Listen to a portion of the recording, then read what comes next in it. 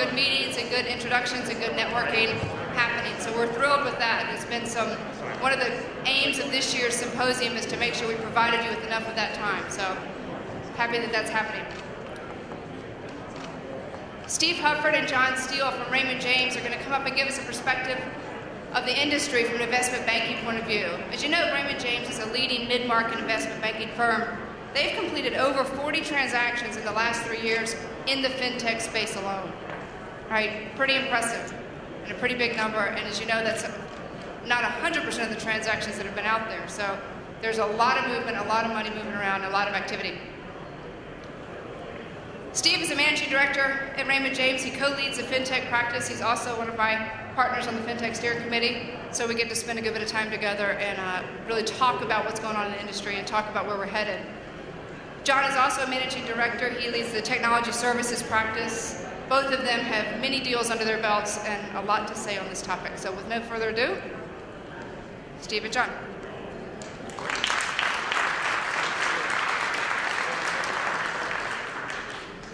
Thank you, Amelia.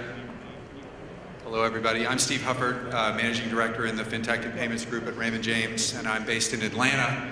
Our practice in this area is based about half in Atlanta and half in Boston, where my partner, John Steele, is from. Should you choose at any point today to want to throw something at us, I just ask you to remember John is a proud graduate of Notre Dame who's glad that there's no SEC contender this year, so you can direct your ire at him. He is definitely a proud Notre Damer. So we're glad to be here today. Take you through very quickly what we're going to do. Start by saying this is distinctively an investment banking perspective on the market. So we're not product experts, we're deal guys. And so we will look at this and take you through a series of segments that we've pulled out and identified in the payments and fintech space and talk about which of those segments are interesting. We'll likely touch on a couple of the companies, but we're not here to kind of go deep on any particular company. It's more of a survey of the industry and what we think is exciting about the industry at the present time, again, with a particular focus from an investment banking point of view. What we're going to do today, and I also recognize that you will have a hard time seeing our presentation up on the screen. The screens aren't big enough to accomplish that. There's some dense text here. So we're going to try to do our best to let you know what's on the page. To the extent anybody would like to get a copy of this presentation after the fact, please just let us know. It's first name, last name at raymondjames.com, so we can accommodate you that way if you're interested. So briefly today, the agenda, the first section is about why fintech investing is here to stay, why this is an interesting market from an investment banking and investing perspective. Then we talk about the entry point, which is the trends around company formation in the industry. And that's where we look at a bunch of different segments and a bunch of different companies within those segments. Then we're going to look briefly at sort of what the exit parameters look like, valuation parameters, exits by stage, early stage, mid stage, late stage. And then there's a brief Raymond James commercial at the end, which we will not drag you through, but just so that you know that it's in there. So with that, I have to remember to do this as well. First page is all about why fintech investing is here to stay. And what we've got here are 4 charts looking at market size by segment. And the 4 segments that we've shown here on the chart are bank technology, payments, capital markets technology, and insurance technology, which are all segments that we serve from Raymond James. I will tell you that John and I concentrate our efforts on bank technology and payments. We have partner who does capital markets, and then we all kind of play in the insurance market.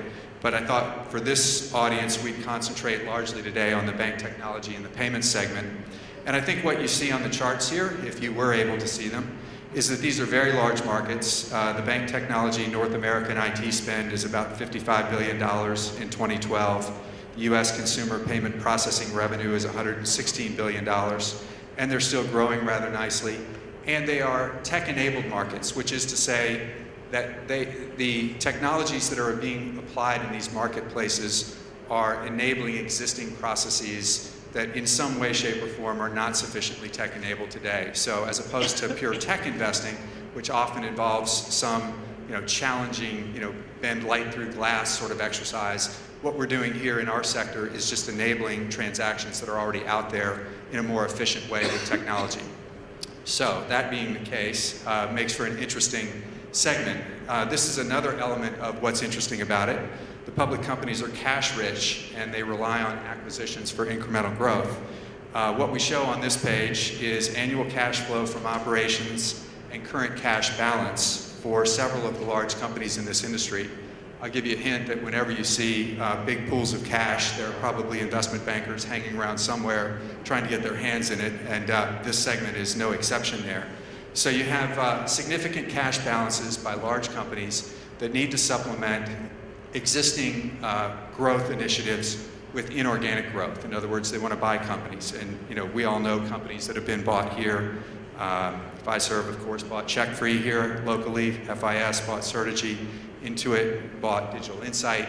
So Atlanta has been a beneficiary of this with some of the transactions that have occurred right here in this marketplace.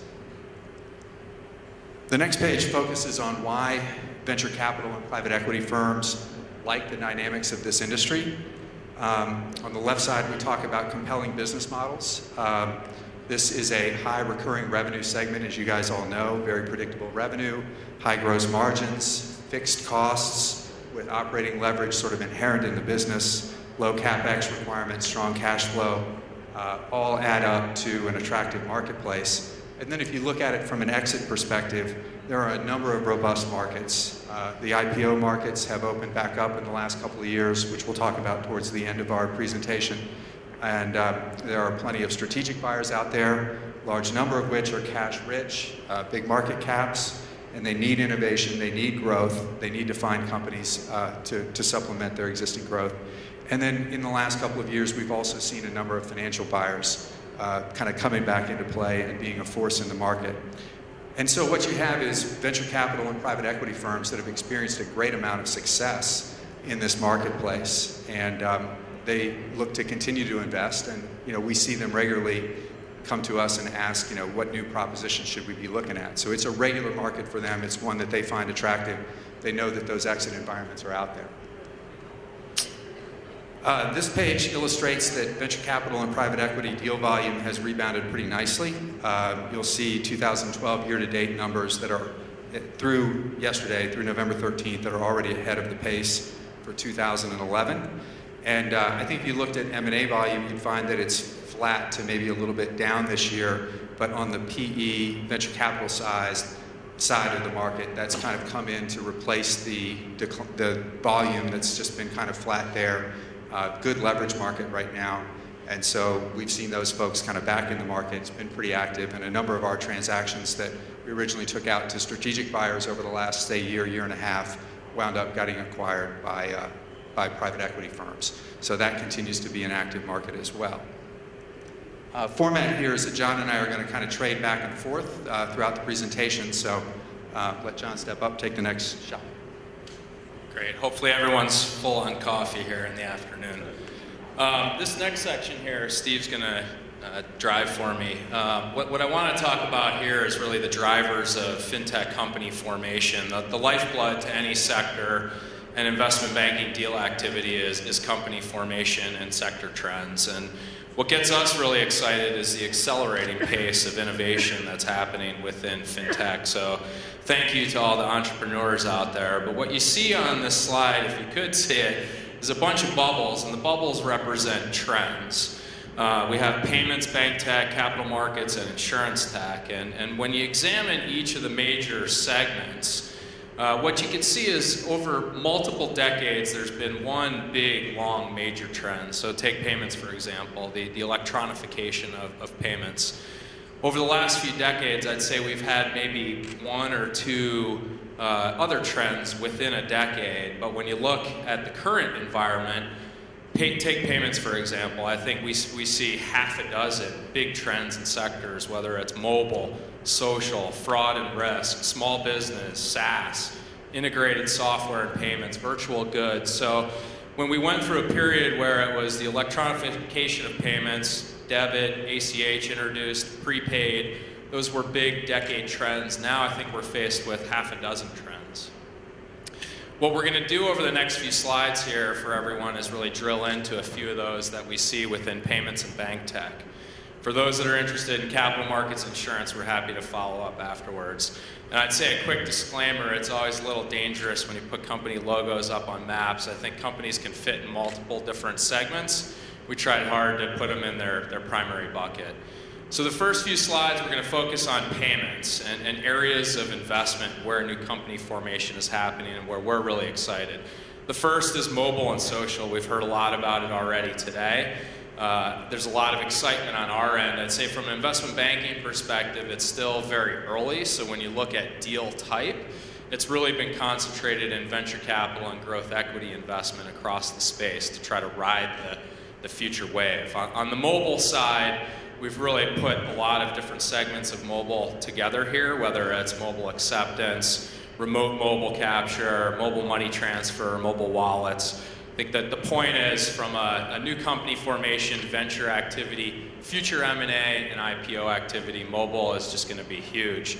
And we've also seen a lot of new, what I call non-FinTech players enter the market around mobile and social. We have the carriers, we have handset providers, we have internet, media players.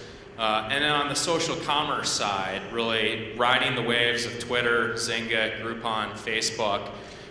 These organizations have really attracted large amounts of eyeballs. And from a payments perspective, we're starting to see new companies form in and around those pockets to really try to capture and hang different commerce and payment applications off of those entities on a social commerce perspective.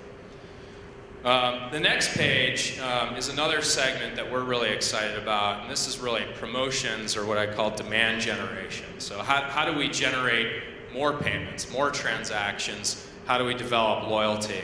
I think we've seen it on the gift card side. I know the Crone presentation earlier talked about the electronification of gift cards, and we're seeing that too from a new company formation perspective. Loyalty, a lot of new interesting applications, CardSpring, Belly, Sparkbase, others. You know, what is Apple with Passbook going to do around the loyalty space? So all eyes from a banking perspective in that segment. And then lastly, around local commerce, I think when we've been finally able to bring together social, mobile, and local, and really pinpointing where the user and consumer is, there's a lot of transaction opportunity around there. So we've been seeing digital coupon providers, daily deal, point of sale, location, really a bunch of players that's taking that point of sale, transaction marketing, local commerce market, and really reinvigorating it. I'll start this next section, and Steve's going to pitch in. From an online perspective, on the left, virtual goods is an area that we're seeing a lot of excitement around. I'd say a bit more at the growth equity and PE mid-market stage. So some of these companies have actually gotten to some critical scale, be it 30, 40, 50 million of revenue relative to social and mobile, which is much earlier. This is an area where folks like Digital River were really the early trailblazers, helping to electronify the download software market. Now we have content, games, a lot of different applications where there's interesting payment applications around it, and really bringing, again, new players to the table, whether it's large media companies, content providers, etc. And on the far right, online money transfer. So I think everyone's been very, very familiar with what Western Union, MoneyGram, Dolex, Euronet, others have done from a point-of-sale money transfer perspective. We're starting to see some players from an online origination perspective, whether it's a Zoom in the consumer-to-consumer space or an Oz4X in the business-to-business space, really gain a lot of traction. So the online channel is really starting to proliferate, and these companies are becoming real scaled players. If you look in the middle there, the next generation e-commerce, I think this is hardly a trend that's going to shock everybody. E-commerce continues to trend up as a percentage of retail sales every year and is still relatively small as a percent of the whole. A survey recently I saw said that nearly 70% of retailers plan to increase their e-commerce spending, tech spending, in 2013. So, you know, this continues to be an area of tremendous growth. We see a lot of new companies popping up in this area. Obviously, we've got AccuLink here in town. A couple of the companies that have made a big name for themselves are Braintree and Stripe. Phenomenon there is what's being called developer-driven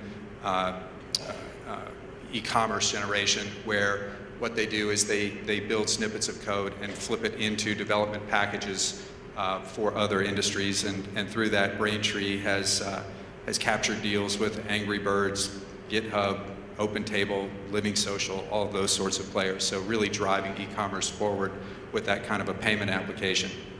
Type of transaction we see here right now at the present time is a large private equity transaction. Braintree recently raised $35 million. And then, of course, if you look at the kind of traditional players there, the folks that we're so familiar with here in Atlanta, Elavon, First Data, TSYS, Global Payments, those types of folks, you would anticipate that over time, as these types of companies mature and those markets mature, that there would be some later acquisitions in that a couple years down the road.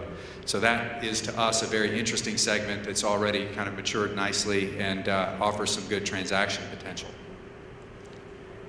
The next page deals with SaaS as sort of a payment segment, if you will. I think all of us are familiar with the SaaSification of America, or SaaSification of software, that we've seen over the last several years in a lot of different segments, HR, marketing services, a number of different kinds of segments going to those types of platforms, and we now see that on the payment side as well. So if, for example, if you look at next generation billing there on the left, you see companies like Recurly and Zuora that are creating subscription-based billing processes off of a SaaS platform. You see a company like Billtrust, which completed a deal just last week, a deal that we led at Raymond James. Billtrust raised $25 million from Bain Capital Ventures, transaction that closed last week and just got announced today. That's essentially a billing services company that takes billing services processes, both B2C and B2B, and turns them into tech-enabled processes with a platform type of a solution. So that's a very big opportunity. That's kind of actually a $17 billion market, most of it in B2B, where billing services are still highly paper-based rather than electronic. So we see a lot of activity there, and again, start to see some large private equity type transactions emerge in that segment. The integrated SaaS payments segment, this is a segment where you look at companies that are building solutions into existing sort of vertical market software categories. So Paymetric, great company here in Georgia, is doing secure payment integration and tokenization in enterprise systems, largely through the SAP channel, but in other channels as well. A company like Bluefin, another Georgia-based company, building payment solutions to embed in medical software, legal software, health and fitness, accounting, utility, housing, all of those kinds of segments. Yapstone concentrates in property management, Mercury in restaurants. So a strategy that looks at payments from kind of a vertical perspective and builds software to be embedded in those segments. Turn over to John and let him tackle the SMB billing.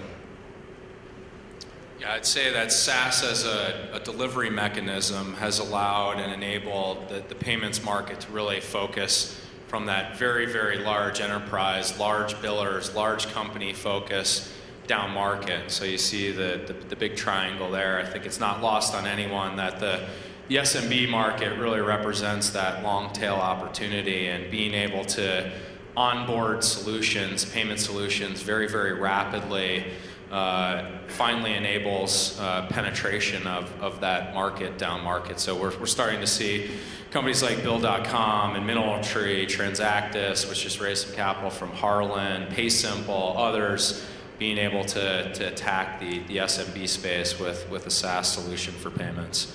And again, I think there's new other players that this is going to bring into the broader FinTech sphere, whether it's a NetSuite, a Salesforce, Concur, traditional SaaS players that, as payments starts to continue to become a real SaaS opportunity, they're going to broaden the landscape from a buyer perspective, which is very interesting to us. Yeah, so next big trend from a payments perspective is information and data. On the right, we've talked about online, mobile as new channels, and with further innovation and more channels, the propensity for fraud and identity risk and verification becomes greater and greater. So this is a space that's drawing a lot of attraction from the venture capital community, whether it's an ideology here locally, threat metrics, 41st parameter, a lot of companies that are building very interesting next generation fraud and identity management tools that really go beyond what's out there from a Fair Isaac Experian perspective.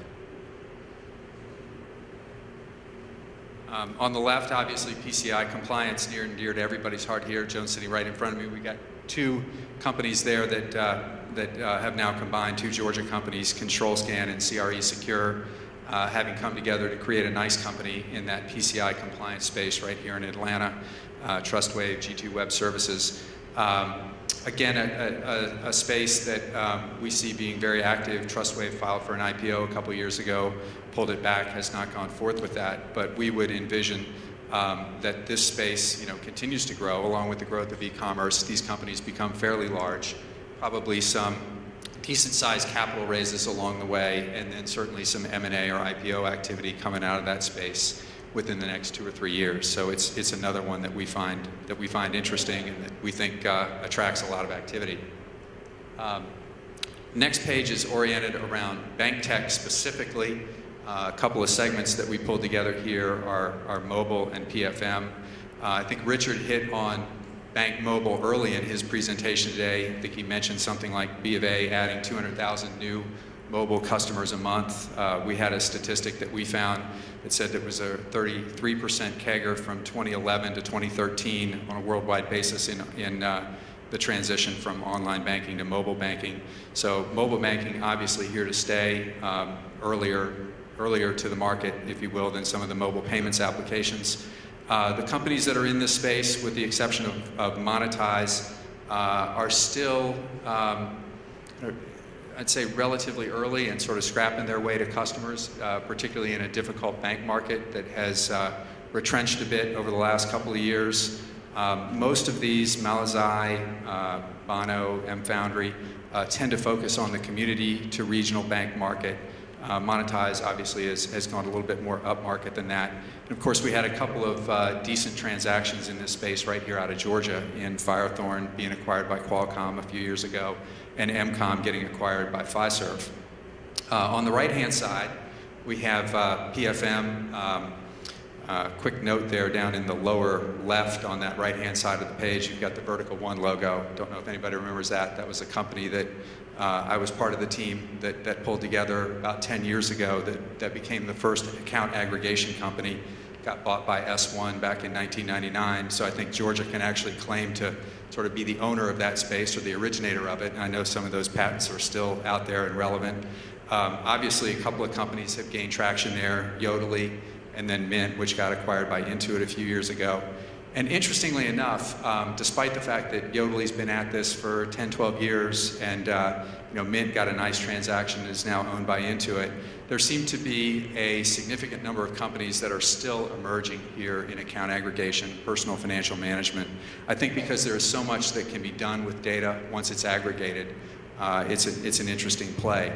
I'll also note something else that's kind of worthwhile as a trend, and we've again touched on it today with multiple speakers, which is that this company, Bono, which I characterize both as a mobile banking company and a PFM company, and frankly, you could also put it in a rewards and loyalty segment as well. It's a company that's bringing different data sources together to the mobile phone to inform the consumer, give informed information about a purchase transaction right at that point of sale with the mobile device. So Bono's an interesting one in that it brings together a bunch of these trends in sort of one device, one application. And I guess what I would say here is that at one level with Yodlee and Mint, this looks like a fairly mature market, and yet a number of these companies still springing up, and I would envision that there'll be some more funding here and some more transactions in this PFM segment, but it'll be not for PFM as its own sake, but rather as part of a larger data strategy.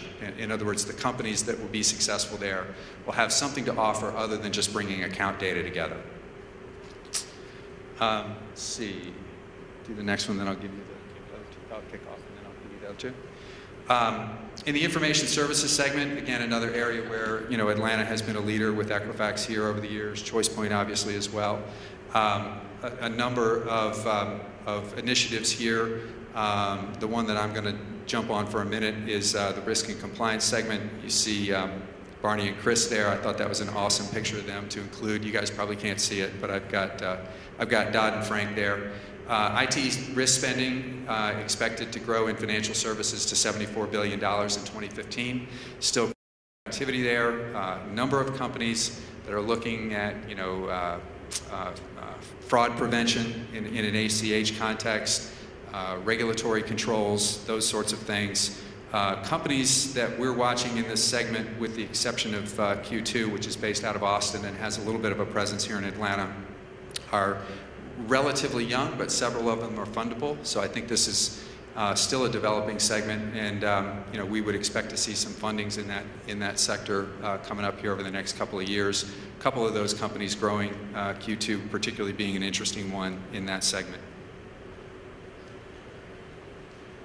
Another segment that I'm sure all of you locally are very aware of, given two of the leaders here, Cardlytics and Vesdia, now Cartera, is data-driven marketing, the merchant-funded rewards area. So as banks are really looking hard to replace lost revenue from Durbin and Reg E, how do we leverage the data from purchasing pattern perspective and present offers real-time, multi-channel, and try to drive continued transaction streams. So it's an area that's garnered a lot of venture investment. I think companies starting to reach some nice critical scales, 15, 20, 25, 30 million of revenue across this space. So it's one that we like, and really pushing the EMEAs and Alliance Datas of the world. You even see EMEA investing in Cardlytics. So I think that's kind of case in point as to the generational shift in capabilities.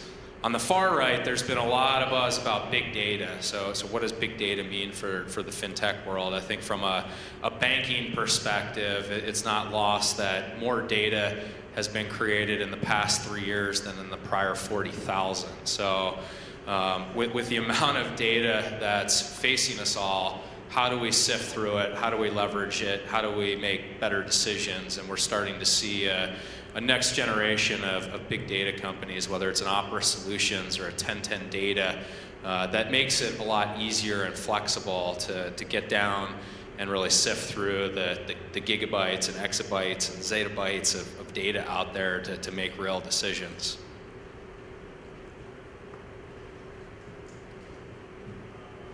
Last sector we want to hit here is, again, in the bank tech sector, looking at it from an online channel perspective. On the left, talk about account origination, P2P, and account-to-account transfer type payments. This was a pretty hot segment a couple years ago. I know there's some Fiserv folks in the room. People will recall that Fiserv bought Cash Edge for $465 million a couple years ago. So that was kind of the big success in this market. I think a larger deal than a lot of people anticipated for that company. Since then, it's kind of left two players in this market, Andera and Meridian Link. BankView and some others claim to do it as well. But it's a market that has maybe not received as much attention in the last couple of years as it did in the 2 or 3 prior. I think the Cash Edge transaction by Fiserv got people thinking that maybe that was it in that segment. And yet I do know that there's some large companies, some of those companies on that original list that have large pools of cash that are still interested in that segment. So it wouldn't surprise me if a couple of transactions were to occur there. Then there are internet banks and internet banking technologies in the middle. Somebody said something to me yesterday. Have there been any de novo banks in the last couple of years? And someone else said, yeah, they're called prepaid cards. And kind of captures the notion of what's happened in that marketplace, right? And so you've got Simple and Perk Street, which are new forms of debit accounts that are being used in those segments. Cashback, free ATM network, online access with bill pay, very bank-like products at the end of the day. And then the last segment we look at is lending and other financing solutions. And point to make here is that there are both consumer and business lending solutions that are out there, some of them out of Georgia. Expect a number of you probably know of Cabbage, which is based here in town, provides working capital advances to online merchants who sell products through auction marketplaces like eBay and Amazon, using the data from those marketplaces to make decisions about who to lend to and how much to lend. Very interesting company doing stuff way kind of at the forefront of that marketplace. And then Prime Revenue, which is another Atlanta-based company that's a leader in the supply chain finance segment. And again, as lending begins to hopefully come back and be a bigger part of our world again, I think these companies gain some traction, and I think we do see some transactions in this segment over the next couple of years that could be decent-sized transactions. I know for a fact that Cabbage guys have optimistic expectations of what their exit value might look like, and it's really a great company. So those are the segments we looked at. I think I'm going to flip back to you, John. Yep. We're going to shift the discussion here a little bit to valuation parameters. We always get asked by entrepreneurs or VCs, other folks around the segment, where are valuations? How and why are companies being valued at different multiples? And for a quick discussion, we've really broken it down into 3 different prongs, and primarily based upon company stage. So this chart, you can see it, on the y-axis, we have really metrics and what people are focusing on from a valuation perspective, whether it's proprietary technology, revenue, EBITDA. On the x-axis, really time of company stage. So earlier stage companies that are 1 to 3 years in, sub 5 million of revenue, but growing very quickly, and then mid-stage and later stage. And as we walk through this, you'll see that things are really focused on different parameters based by stage. So on the next page, we're going to talk a little bit about those early stage tech buys. Oftentimes, we'll be approached by an entrepreneur. He's been approached by a strategic acquirer and wants some help in trying to figure out, well, how do I put together a valuation case? I'm still in the very, very early stages of building my company. I don't have a lot in the way of revenue and EBITDA, or vice versa. A corporate development officer at a company is trying to put together the case internally to go and buy a very neat early stage company. How do they position that to their board? And I'd say it's based upon a couple of different things. One is cost and time to build the technology. So a general rule of thumb is, valuation equals the cost to build times the number of years to build it. So just generally that time to market equation. Another is multiple to invested capital. I'd say strategic buyers have gotten very good at understanding that venture capital and private equity guys are in the business of making returns. And so oftentimes it's public knowledge as to how much capital an early company has raised. And I'd say general rules of thumb are, at a minimum, VC and PE investors are looking for 3 to 5 times cash on cash return. So just doing the general math around dollars in versus return expectations. Size of the addressable market, being able to measure that in an earlier stage company. And frankly, an increasing one is just the value of the employer base. We keep hearing from a lot of our clients just how hard it is to recruit, good talent, good technical talent. And frankly, organizations are really using M&A as a recruiting tool. And there's some statistics out there that Facebook even stated that they value technology companies at $500,000 to $1 million per engineer just for talent acquisitions.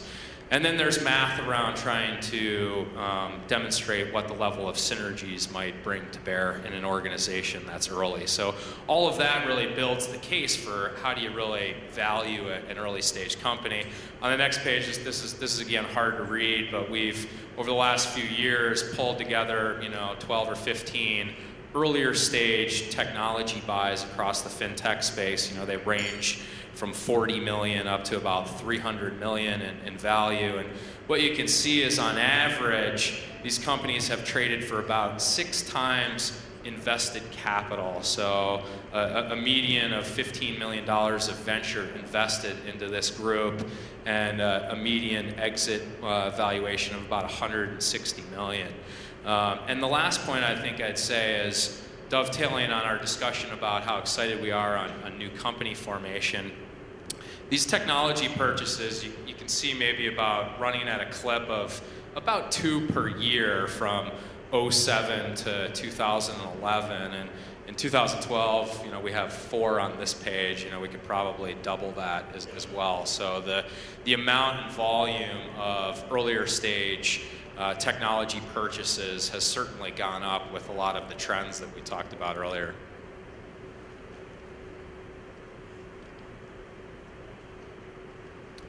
So next we move to the valuation parameters for mid-stage exits. And this is an exercise that we like to do with more developed companies, which is look at quantitative and qualitative factors that may drive valuation. So again, a page that's hard to read, but across the top it looks at current year transaction multiples. Column on the left is 2x or less. Column in the middle is 2 to 4x revenue, that is. And the column on the right is 4 to 6 times revenue. And then down the left you see the various factors that drive that type of an outcome. And we've sort of listed them somewhat in order here. Revenue growth is the biggest driver for any kind of fintech company, really, particularly at mid to later stage, but even an early stage company that's growing very fast obviously has greater value than one that doesn't. And we're looking at the far end for the 4 to 6 times revenue exit for a company that's got 30% or more per year growth. Revenue composition is another significant factor. Increasingly, we see recurring SaaS-type business models. That's again leaning to the right, looking for that being a higher multiple type of transaction, gross margin, number of clients, those sorts of factors. One that is very much a driver in these mid-stage transactions is client revenue diversification, because these mid-sized companies often built on the back of 1 or 2 key clients, heavy revenue concentration, and something that has to be worked through during the acquisition discussion and may ultimately adversely impact value as well. Sorry. Next page is a series of mid-stage exits summarized. This is kind of the bread and butter of our business, transactions between, say, $100 and $300 million in value. This looks at total enterprise value to LTM revenue and LTM EBITDA. And the median values there are $135 million in enterprise value, 3.1 times LTM revenue, and 11.5 times LTM EBITDA. Quite a few transactions. We didn't bother to count them, and this is just a sampling of them, but this is kind of everyday bread and butter in the market. There's quite a few of these mid-stage transactions. The next group is the later stage exits. And here, you're talking about 300 million or above. Some people would define it as 500 million or above. And here, the relevant metric is going to be EBITDA. And in the FinTech segment, we sort of look at it as 8 times or less to the left, 8 to 9 times in the middle, and 10 times over on the far right. Once again, revenue growth is sort of the biggest factor. The growth slows a little bit. Now we're looking for growth that's 15% or more. But the EBITDA margins are strong. Again, at the far right, you'd be talking about 25%. And then you often get into synergy discussions in this one. One fairly large company acquiring another one. And that plays into these types of transactions as well. The one thing that is a limiting factor around the larger transactions is that the number of buyers who can play goes down as the deal size gets larger, right? So the universe of potential buyers narrows. On this page 25, we've captured a number of those large transactions. Since you probably can't see it, I'll read out the median values there. $424 million transaction, LTM revenue 2.8x, and LTM EBITDA is 11.3x on this page. And some deals here that people probably pretty familiar with: Global Payments acquisition of Accelerated Payment Technologies and CLO buying Merchant e-Solutions are both on this page. Just real quickly, from an IPO perspective, we talked a lot about venture investing and M&A activity, but we've actually had our IPO hats on quite a bit over the last few years. I'd say with the 05 to 2009, very much an M&A driven market environment. The IPO market was relatively shut, albeit a few FinTech IPOs that got out. But during the 2010 through 2012 timeframe, you can see quite a few IPOs, so it's been nice to see the regeneration of public FinTech companies out there. Certainly a number of notable ones like FleetCor, Hire One, Vantiv within the payments area. What does it take to be a public company? A lot of people ask, from a size perspective, just the ones laid out here. If you do a median, LTM revenue, about 200 million of revenue and a 30% EBITDA margin. With that said, there's quite a bit of disparity at the very small end. You have a company like Ellie Mae, mortgage software area, growing very nicely. That was 45 million of revenue when it got out in public. And at the high end, Vantive with 1.6 billion. So quite a number of disparity as you do get much smaller businesses if they want to go public. Certainly the size of the revenue growth is paramount in order to get out, get public. But I'd say across the board, all of these FinTech IPOs have performed nicely up and through last week. They're up from a return perspective about 30%. So what's left in this presentation, and I'm not going to drag you through it, I promised you that I wouldn't, is a series of pages that describe Raymond James's practice in this area, both from an investment banking or research perspective. A research analyst, Wayne Johnson, is out there somewhere. He's one of the leaders in that segment of the world. And then ultimately get to this page in the back where we list our names, our phone numbers. I don't know if you can see them or not. But if you'd like the deck, or if you'd like to get our monthly transaction newsletter, just let us know, send us an email, we'll get you on that list and get going that way.